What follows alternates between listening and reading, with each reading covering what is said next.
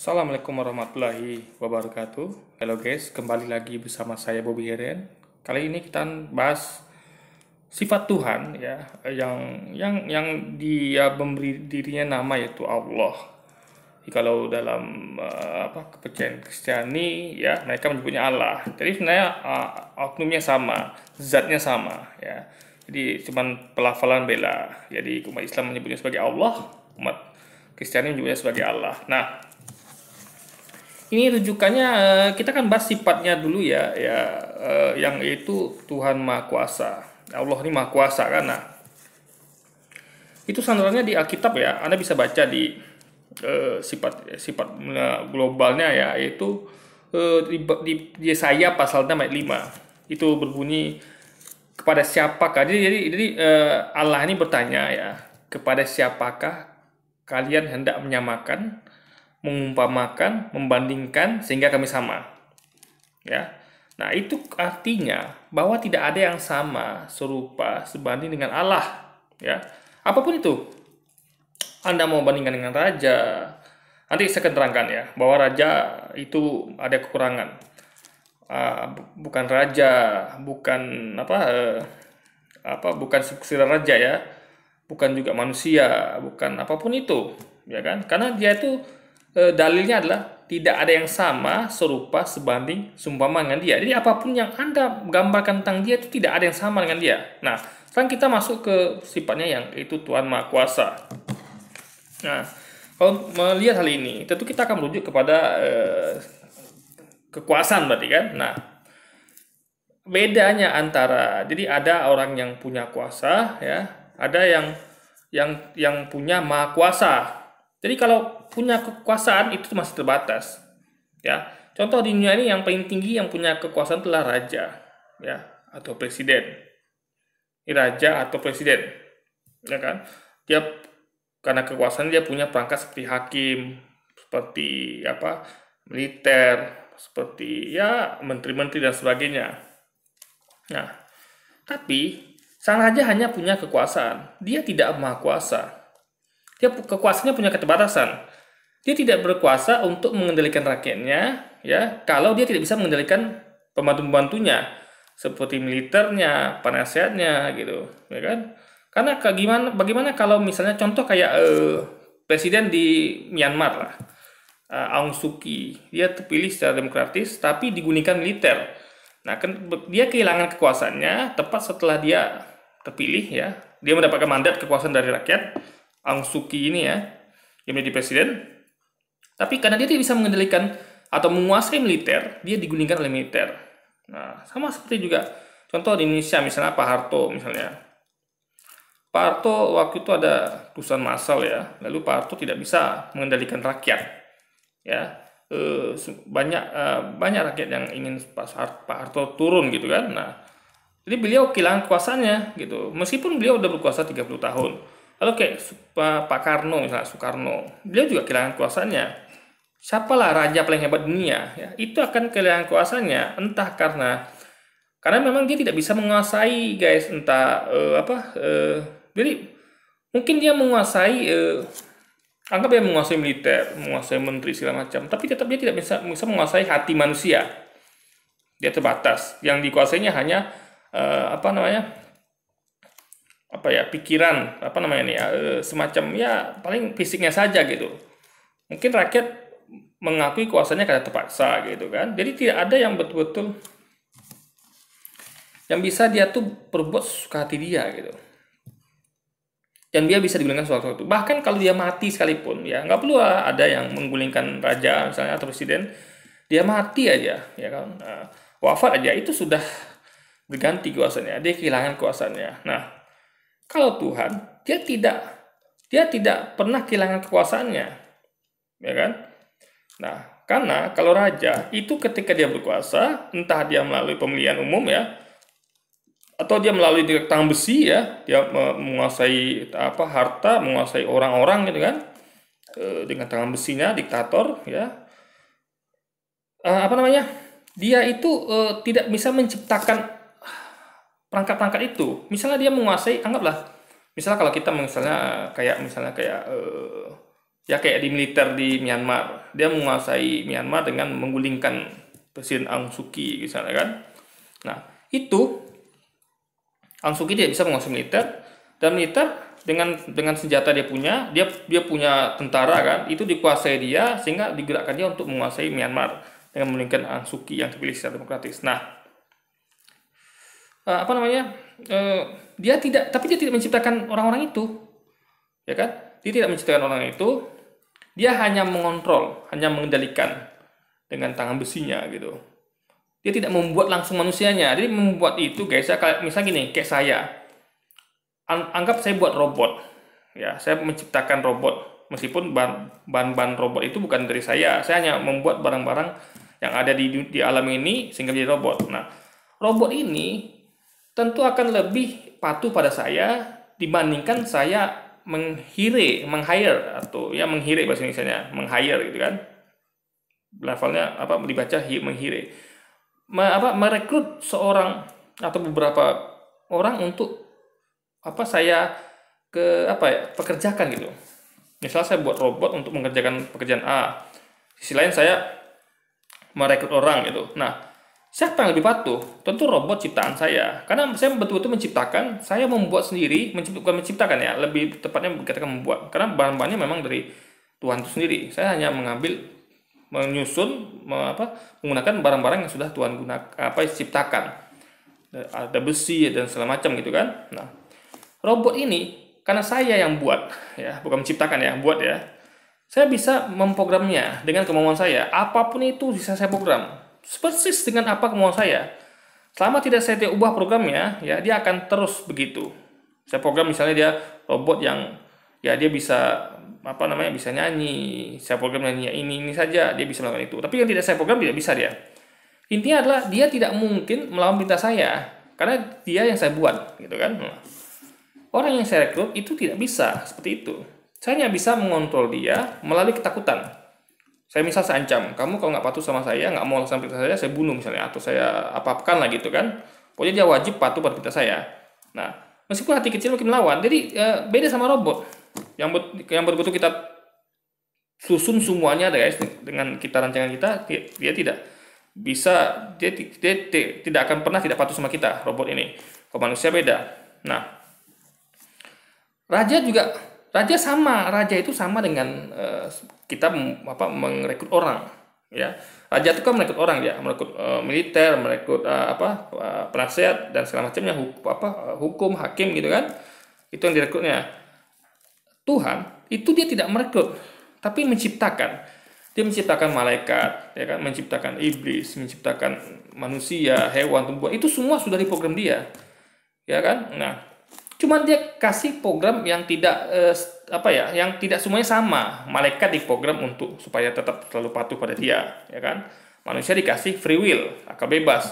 Manusia ini bisa memilih patuh apa tidak, gitu kan? Jadi manusia ini unik, beda sama malaikat. Malaikat tuh diciptakan seperti robot lah ya, patuh gitu aja, nggak punya hawa nafsu. Manusia beda. Manusia itu adalah seperti kita buat robot, tapi programnya nggak kita tentukan. Jadi robot ini dikasih kayak AI lah, intelligence buatan gitu. Dia bisa memilih. Ya kan, ada robot-robot yang bisa memilih gitu kan. Tapi kayaknya nggak udah ada belum ya? Tapi sesuatu yang diciptakan ada bisa milih guys gitu. Itulah manusia. Kita bisa milih untuk taat, bisa milih untuk tidak patuh gitu kan. Nah,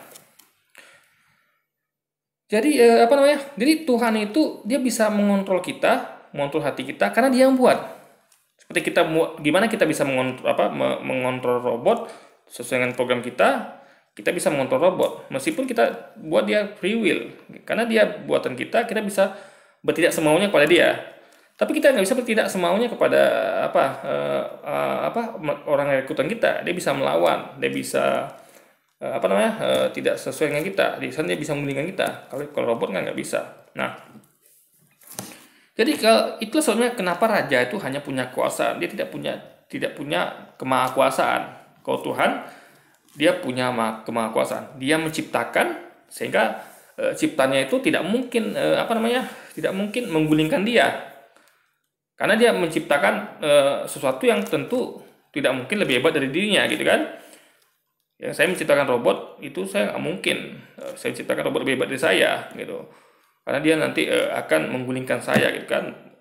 Apa Jadi dia pasti akan membuat sesuatu yang di bawah dia.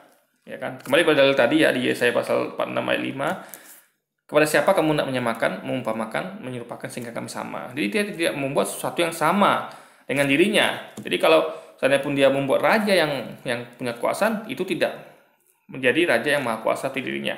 Nah,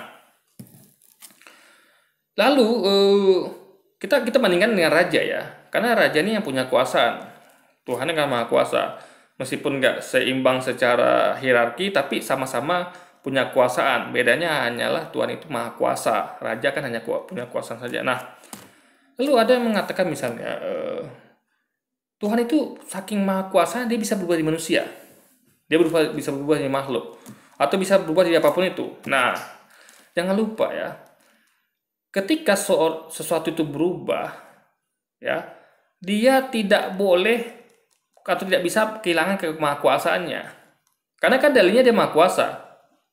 Ya kan? Maha kuasa dan tidak sama serupa dengan apapun itu sebanding.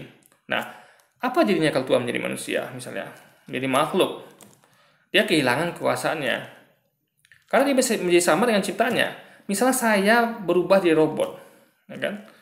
Saya berubah jadi robot. Maka saya kehilangan kemanusiaan saya.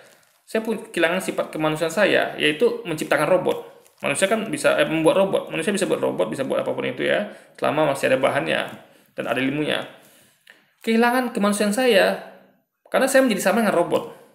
Nah, sama Tuhan tidak begitu. Tuhan mustahil, impossible jadi sama dengan ciptaannya. Ya, ingat Tuhan pencipta, bukan pengontrol ya, perekrut, bukan.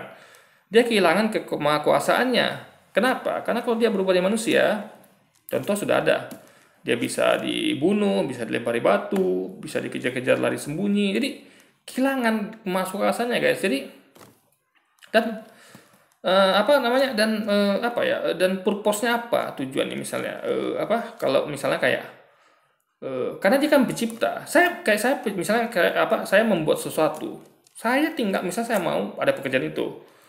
Saya tinggal buat robot khusus untuk menangani itu. Saya program robot misalnya ya, robot untuk pertanian saya, sehingga itu robot semua ngerjakan. Tidak ada lagi pekerjaan manusia. Saya tidak perlu merekrut orang. Itu bisa 100% saya kontrol, ya kan? Robot itu tidak mungkin buat kesalahan di luar program saya, karena saya sudah program seperti itu. Kalau dia memang programnya begitu, ya, misalnya robot di bidang pertanian dia menyiram 3 kali sehari, jam-jam sekian dia sesuai dengan program, tidak mungkin menyimpang gitu kan?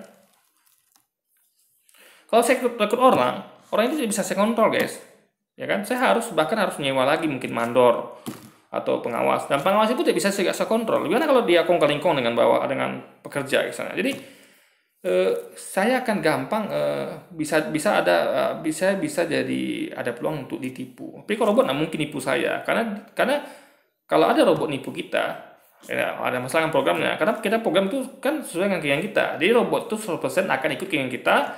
Ya kan, karena kita yang program, beda dengan manusia. Makanya itulah bedanya kalau kita menciptakan dengan merekrut. Tuhan itulah menciptakan. Nah, itulah kenapa dia maha kuasa, ya kan? Karena dia menciptakan. Jadi semua ciptanya itu nggak mungkin berlaku di luar kehendaknya, kecuali yang diberi free will. Karena yang diberi free will itu ada konsekuensi. Kalau kamu begini, kamu akan diganjar surga. Kalau begini kamu akan jadi neraka.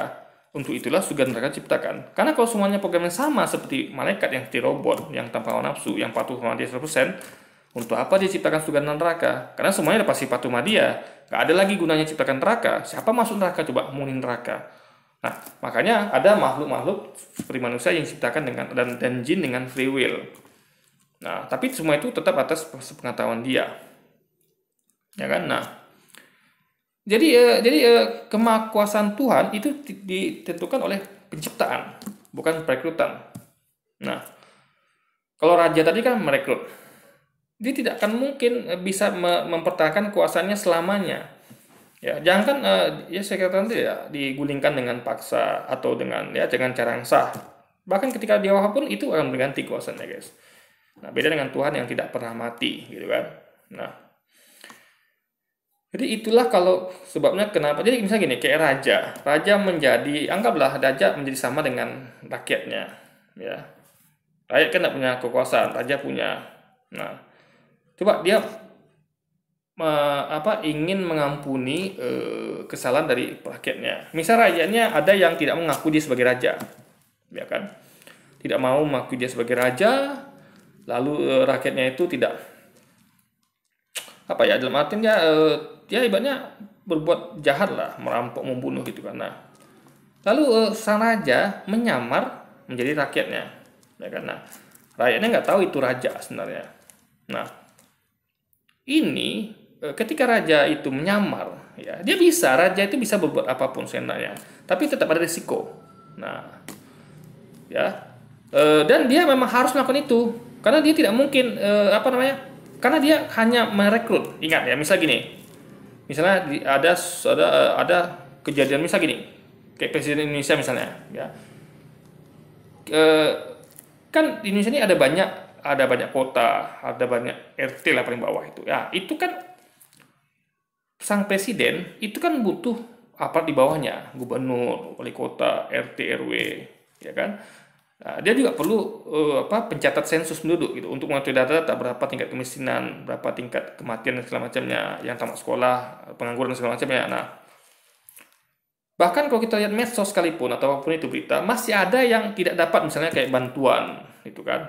Dia langsung dapat tapi tidak. Atau ada yang nipu-nipu, coba-coba nipu ya. Dia sebenarnya orang kaya tapi dia masih mendapatkan bantuan dan segala macamnya, hal-hal seperti itu. Nah, sang raja itu untuk mengetahui kejadian di bawah, dia perlu turun, itu belusukan. Makanya presiden tuh kadang-kadang atau sering belusukan. Nah, belusukannya yang bukan pencitraan ya, betul-betul belusukan. Yang betul-betul pengen tahu apa yang terjadi di bawah. Betul nggak laporan dari aparat desa, dari aparat RT, RW, gubernur, wali kota? Jangan-jangan di lapangan berbeda. Nah, dia karena raja ini berkait kepada sifat lainnya, yaitu tidak maha tahu ya. Karena dia tidak maha tahu, sehingga dia tidak bisa percaya begitu saja kepada bawahannya. Ingat, meskipun supaya dia pada bawahnya, tetap itu bukan ciptaannya, hanya direkrutnya guys. Misal dia anggaplah percaya sama tangan kanannya, tapi ingat tangan kanan itu manusia yang punya hawa nafsu, punya tujuan, punya pikiran sendiri, yang bisa digoda dengan kesempatan dan segala macamnya. Dan bukan dia yang buat ciptakan, dia hanya merekrut. Nah, jadi makanya disarankan untuk pimpinan itu ya, presiden atau apapun itu belusukan ke bawah. Karena dia tidak maha tahu. Ini berkaitan dengan sifat maha tahu, ya kan? Nah, jadi dia tidak punya kekuasaan mutlak. Jadi kalau Tuhan itu kan punya kuasa mutlak atas ciptaannya. Dia juga maha tahu. Sehingga semua yang diprogramnya itu tidak mungkin melenceng, ya kan? Misalnya program dia kan punya aparatur ya yang namanya malaikat untuk mencatat ya tiap detail apapun kebaikan dan keburukan tiap ciptaannya, detail itu bahkan selai jauh jatuh dia tahu. Nah, dia punya ciptaan seperti itu yang sudah dibuatnya seperti robot lah, kita Anda bayangkan, karena kalau membuat tuh menciptakan sama seperti robot ya, yang betul-betul programnya kita yang semua yang atur, bukan merekrut orang tadi. Kalau raja kan hanya bisa merekrut orang, Tuhan menciptakan orang-orang, menciptakan malaikat segala macamnya untuk mengerjakan tugas-tugas yang diberikan, sehingga dan dia tentu percaya pada mereka karena dia yang program gitu. Saya percaya mana robot karena saya yang program, detail saya program robot, nggak mungkin robot itu melakukan sesuatu di luar program saya gitu kan. Nah, kecuali ada orang lain yang mengubah utak-atik itu kan. Nah, tapi sekali lagi orang yang mengutak-atik itu kita nggak tahu, tapi kalau Tuhan tahu, nah itu bedanya. Jadi beda dengan raja perlu belusukan, Tuhan tidak perlu. Jadi tidak perlu Tuhan jadi manusia, ya. Atau misalnya kayak raja mau mengampuni rakyatnya yang anggaplah mencuri, merampok. Tuhan nggak perlu mengorbankan dirinya, karena ketika dia mengorbankan dirinya, dia jadi kehilangan kemahakuasaannya. Ketika dia jadi rakyat pun itu dia punya risiko ya. Dan misalnya terbukti pula, misalnya dia turun ke bawah dari rakyat, tiba-tiba dia mati terbunuh. Ya, rakyat nggak tahu. Itu raja rupanya menyamar, dibunuh saja. Paslah pula tidak ada pengawalnya atau pengawalnya lengah gitu kan. Nah, tetap yang penting ada risiko. Anggaplah dia selamat raja itu, tapi tetap risikonya dia atau misalnya dia ditusuk di belakang, misalnya pengawalnya itu ada kolaborasi dengan rakyat misalnya. Nah, ada yang nggak suka misalnya sama dia, kesempatan nih mumpung raja turun ke bawah dibunuh gitu kan misalnya kan, atau dilukai apapun itulah, atau dikudeta gitu. Nah, jadi apa namanya? Jadi kekuasaan raja itu hanya sementara, tidak abadi, guys. Jadi Koraja itu memang bisa lah artian memang ada purpose-nya, tujuannya ketika dibuat menyamar di rakyat. Tuhan nggak ada tujuan nggak ada purpose-nya. Kalau dia misalnya mau mengampuni seseorang, dia tinggal ampuni, selesai gitu. Dia tinggal ciptakan sesuatu ya. Dia sudah menciptakan sebenarnya kan, menciptakan malaikat. Dia tinggal perintahkan malaikatnya untuk mencatat. Ya, kamu catat itu ya, berapa dosa, berapa kebaikan keburukannya, nanti saya yang akan mengampuni atau memberikan dia menentukan dia ini berhak masuk surga apa tidak gitu kan. Nah, itu adalah hak mutlak dari Tuhan itu sendiri, Tuhan Allah sendiri. Nah, jadi kemakuasaan ini berhubungan dengan penciptaan. Jadi semua yang ada di dalam semesta ini adalah ciptaan dia, itu adalah programnya Allah. Dia bisa memprogram sesuka hatinya. Jadi dengan itu ya, dengan kun fayakun jadilah semuanya, dia tidak perlu lagi bersusah payah untuk menjadi menjadi makhluk, menjadi manusia. Soalnya dia punya delegasi yang sempurna gitu. Robot adalah delegasi yang sempurna. Programnya sudah kita program gitu. Tidak mungkin program robot A dia mengerjakan B. Di luar programnya kan nggak mungkin. Kecuali ada orang yang mengubahnya gitu.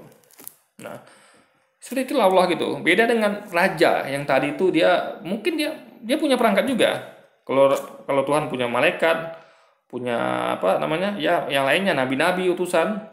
Raja punya menteri, punya militer. Tapi tetap mereka itu bisa menggulingkan sang raja. Karena bukan raja yang menciptakan mereka, raja hanya mengontrol, hanya merekrut gitu kan. Nah, jadi apa jadinya ketika Tuhan menjadi makhluk, ya kan? Ini berarti dia kehilangan sifat kemahakuasaannya. Dia tidak berkuasa. Jadi dia tuh tidak berkuasa atas makhluk. Kenapa? Karena dia sampai harus turun jadi makhluk. Padahal dia punya malaikat, punya segala sesuatu itu yang bukan direkrut dia. Ingat, malaikat bukan direkrut sama Allah ya, tapi diciptakan. Semua ciptanya sesuai dengan program dia yang dia maui.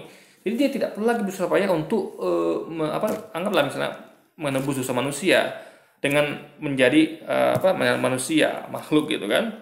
Nggak perlu. Ini tidak logis, guys. Jadi dia karena punya robot. Jadi kalau saya ya, Anda bayangkan, anggaplah saya nih kayak bos lah, owner suatu perusahaan. Nah, jadi saya ada saingan perusahaan lain. Perusahaan saya itu mempekerjakan robot semuanya. Udah robotisasi lah ibaratnya gitu. Tidak ada pekerja manusianya, robot semuanya, guys. Saya program semuanya. Ya udah, saya tinggal minta laporan dari robot gitu. Robot tuh akan saya program jam sekian antar laporan. Nggak bisa telat itu kan, karena robot tuh bekerjanya udah sesuai program. Dia nggak mungkin telat sedetik pun, kecuali mengalami kerusakan misalnya.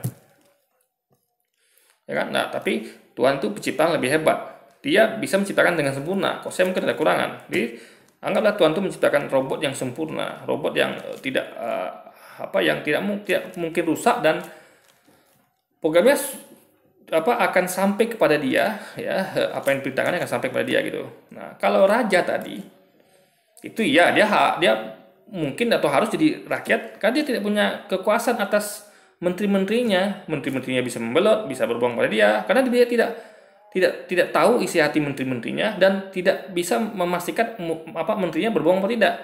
Karena bukan dia yang program.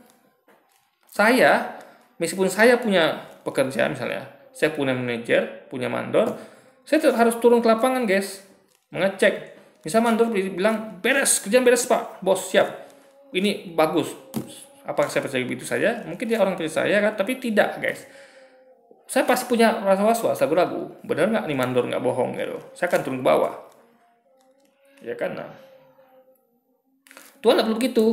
Dia punya robot-robot ya yang dia program sendiri. Sehingga tidak mungkin robot itu membohongi dia.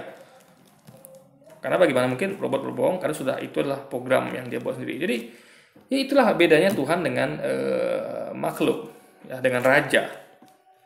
Ya, kan? Jadi raja itu guys untuk melaksanakan kekuasaannya dia perlu apa ya? Ya perlu perlu merekrut orang lah ibaratnya. Merekrut orang, dia perlu ngecek semuanya. Dalam artian dia tuh tidak bisa kalau saya misalnya saya pegang apapun itulah perusahaan atau kebun atau apapun itu yang sudah robotisasi, saya nggak perlu lagi susah-susah untuk memastikan itu bohong apa tidak sama saya, apakah dia bergerak apa tidak sama saya, karena saya sudah tentukan program dari awal, 15 saja gitu guys. Paling saya cek berkala kalau robot ya mungkin mesinnya rusak apa tidak gitu kan. Jadi tapi Tuhan tentu membuat robot yang dia sudah lengkap semuanya gitu.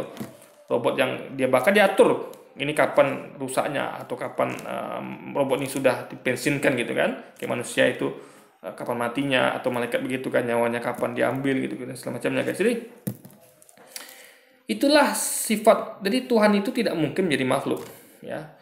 Karena itu akan menghilangkan kemahakuasaannya. Artinya dia tidak bisa menciptakan sesuatu malaikat yang sudah diprogram dia. Raja itu harus turun ke bawah, gitu kan? Kalau Tuhan tidak perlu. Jadi mustahil Tuhan jadi makhluk, karena akan menghilangkan kemahakuasaannya. Jadi Anda bisa belajar bedakan antara mana Tuhan, mana raja, mana Tuhan, mana manusia, gitu kan? Maka dikatakan juga di Alkitab itu ya, Allah bukanlah manusia, juga bukanlah manusia. Jadi dalil utamanya adalah di Yesaya pasal 5 ayat 6. Kepada siapakah kamu hendak menyamakan, mengumpamakan, membandingkan sehingga kami sama. Jadi apapun itu ya, mau raja, mau manusia atau bulan bintang itu bukanlah Tuhan, bukanlah Allah. Karena mereka semua adalah ciptaan yang sudah diprogram sedemikian rupa sehingga dia patuh pada keinginannya, kecuali makhluk-makhluk yang diberikan kebebasan. Tapi tetap tidak akan bisa makhluk itu siapapun dia tuh menghilangkan kuasanya. Tapi kalau raja, manusia yang berkuasa sekalipun, itu bisa dihilangkan kuasanya, ya, baik dengan kudeta, pengkhianatan, misalnya kong kali kong, rakyat yang mengkhianat, militer yang mengkhianat, gitu kan, pembantunya mengkhianat, dia bisa dihilangkan kuasanya. Bahkan meskipun baik-baik saja, dia akan mengalami namanya kematian. Jadi raja bisa kehilangan kuasaan dan kuasanya tidak kekal dan kuasanya terbatas. Tuhan kuasanya kekal, ya, tidak akan pernah lenyap dan dan kemahakuasaannya itu tidak akan pernah hilang guys, untuk selama-lamanya gitu. Karena dia tidak pernah mati, dia tidak butuh makan, tidak butuh minum dan tidak butuh apapun itu. Ya, kita yang butuh semuanya dan dia berikan itu kita semua. Alhamdulillah, amin. Oke, jadi mungkin sekian kita dulu video kita kali ini tentang pembahasan tentang Tuhan Maha Kuasa. Jadi Anda tahu sekarang Tuhan itu tidak mungkin.